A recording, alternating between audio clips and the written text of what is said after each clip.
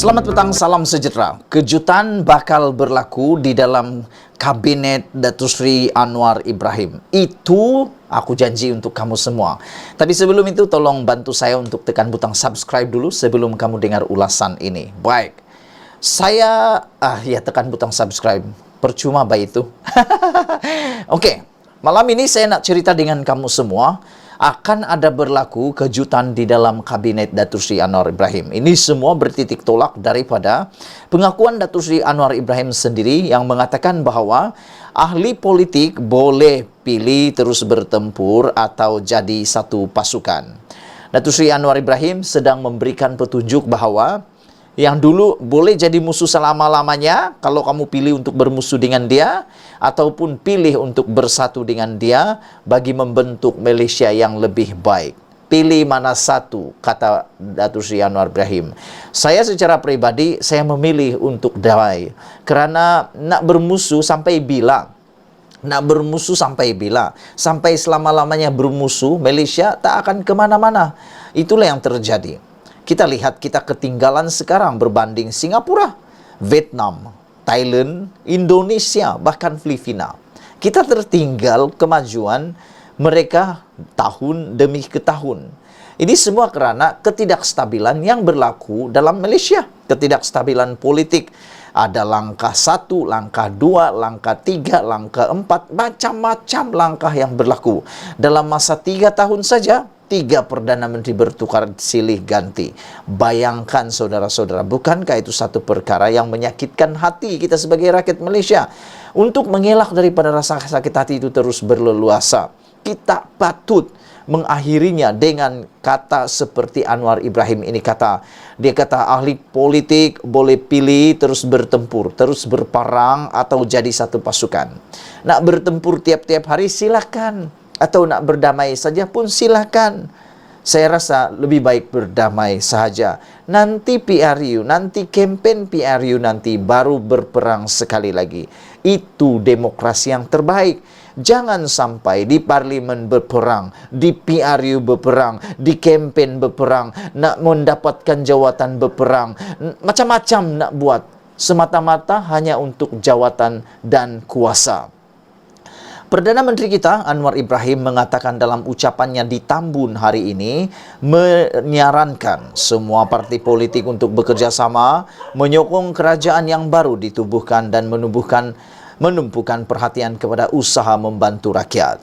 Pengerusi Pakatan Harapan itu berkata ahli politik boleh memilih sama ada untuk bercakaran terus sesama sendiri yang menyebabkan rakyat menderita atau bersatu sebagai satu pasukan. Yang ini aku setuju. Yang bercakaran di atas itu, bercakaran ahli politik itu, ahli parlimen itu, bercakaran sesama sendiri, mereka semua hanya dapat bercakaran sajalah. Kesan kepada mereka ia hanya bercakaran sesama sendiri. Gaji tetap dapat, duit tetap dapat, imbuhan tetap dapat, kemudahan tetap dapat.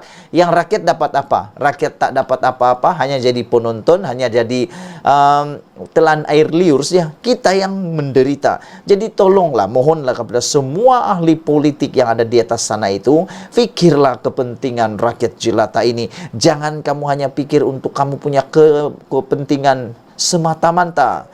Anwar Ibrahim kata, kita boleh pilih untuk terus bertempur dan rakyat menderita, atau pilih untuk bekerja sama sebagai satu pasukan untuk menjamin masa depan Malaysia yang lebih aman dan sejahtera, kata beliau. Anwar berada di Perak untuk beberapa siri program termasuk menghadap Raja Perak Sultan Nazrin Shah dan bertemu pengundi di Tambun untuk mengucapkan terima kasih susulan kemenangannya di kerusi itu pada PRU 15 yang lepas.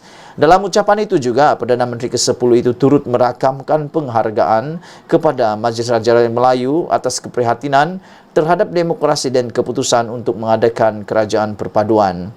Keputusan itu katanya bertujuan untuk menghentikan perbalahan politik yang melanda negara. Apa kebijaksanaan kerajaan perpaduan? Supaya kerajaan itu kukuh, tidak ada lagi simpang siur politik yang melelahkan. Rakyat mahukan jaminan hidup mereka, katanya. Anwar menambah, inilah sebabnya PH, BN dan GPS bersatu untuk membantu gabungan utama kerajaan. Untuk apa? Untuk menjamin hentikan rasuah, hentikan penyelewengan, pembaziran dan angkat martabat rakyat, kata Anwar. Sebelum kita berpisah, sila tinggalkan komen Anda, tekan butang subscribe. Malaysia kita punya, kita juga sama-sama. Bye-bye. Selamat petang, salam sejahtera. Terima kasih karena bersama dengan saya lagi di Nazilin Unity Channel. Bagi yang baru sampai dalam channel ini, aku tabur hormat untuk kamu semua. Dan bantulah saya untuk mengembangkan channel ini dengan menekan butang subscribe. Oke, baik. Petang ini saya mau tunjukkan satu berita, satu perkara yang menarik selepas Datuk Seri Anwar Ibrahim menjadi Perdana Menteri. Beritanya ini tentang pegawai kerajaan yang rasa-rasa tak diperlukan lagi, eloklah lebih dahulu mengundur diri. Antara pegawai kerajaan yang paling besar yang kita tahu sekarang ini ialah yang melibatkan Peguam Negara, Ketua Pesuruhjaya SPRM dan Speaker Parlimen. Salah seorang daripada mereka ini yang paling top sebelum PRU15 ialah siapa lagi kalau bukan Ketua Pesuruhjaya SPRM, iaitu Azam Baki. Isu yang paling hot tentang itu ialah apabila Rafizi kata kalau PH sudah jadi kerajaan, mereka yang akan mahu, dia akan cari sendiri Ketua Pesuruhjaya SPRM ini. Jadi sesuailah dengan tajuk hari ini.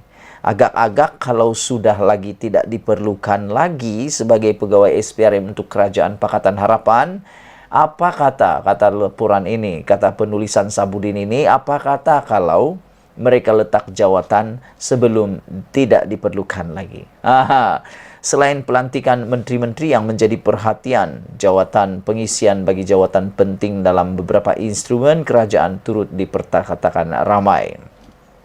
Apabila kerajaan baru ditubuhkan dan Perdana Menteri baru turut dilantik, sekurang-kurangnya 3 jawatan penting dalam kerajaan paling menjadi perhatian kepada perlunya perubahan. 3 jawatan tersebut ialah Peguam Negara, Ketua Pesuruhjaya SPRM dan Speaker Parlimen. Setakat ini hanya ternampak Speaker Parlimen yang disandang oleh Azhar Azizan Harun bakal mengalami pertukaran. Dalam jadual sidang Parlimen pada 19 Disember nanti, memilih Speaker Parlimen yang baru telah ditetapkan sebagai jadual paling atas sekali. Dengan kerajaan perpaduan yang dianggotai PH, BN, GPS, GRS, Warisan, PBM dan Bebas, dengan jumlah ahli parlimennya seramai 148 orang, secara realitinya sukar untuk Azhar mempertahankan jawatannya itu. PH sudah pasti akan memilih seorang speaker yang memihak kepadanya untuk mengetuai parlimen berbanding Azhar yang merupakan lantikan Muhyiddin di era Perikatan Nasional sebelum ini. Melihat kedudukannya yang sukar dipertahankan itu, pilihan terbaik bagi Azhar ialah beliau sepatutnya mengundurkan diri lebih awal lagi. Tidak perlu menunggu sehingga pengundian pada 19 Disember nanti baru hendak meninggalkan kursi empuknya itu. Ini amalan demokrasi yang biasa. Bahkan dengan meletakkan jawatan lebih awal dengan dapat memudahkan Anwar dan kerajaan baru ini meletakkan calon penggantinya tanpa banyak masalah bagi memastikan kerajaan dapat berfungsi dengan licin. Begitu juga dengan Peguam Negara dan Ketua Pesuruhjaya SPRM. Kedua-dua mereka sebaiknya turut meletakkan jawatan lebih awal sebelum pengisiannya digantikan. Dengan kerajaan baru dan Perdana Menteri, apalagi yang mereka harapkan untuk terus tercongok di situ? Takkan masih berharap disambung lagi? Malulah sikit. Dalam hal ini, mereka terbabit harus berjiwa besar dan menyedari ini adalah proses biasa dalam sebuah negara yang mengamalkan demokrasi berparlimen.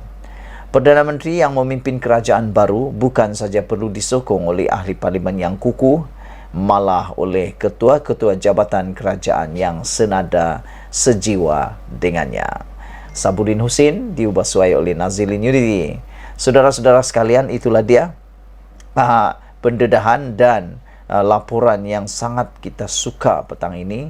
Apabila menulis pegawai kerajaan yang rasa tidak diperlukan lagi, lebih baiklah mengundur diri atau letak jawatan secepat mungkin. Lebih baik daripada malu karena tidak dipilih lagi atau tidak disambung lagi kontraknya. Oke. Terima kasih telah menonton channel ini. Ikuti terus ulasan yang kedua selepas ini.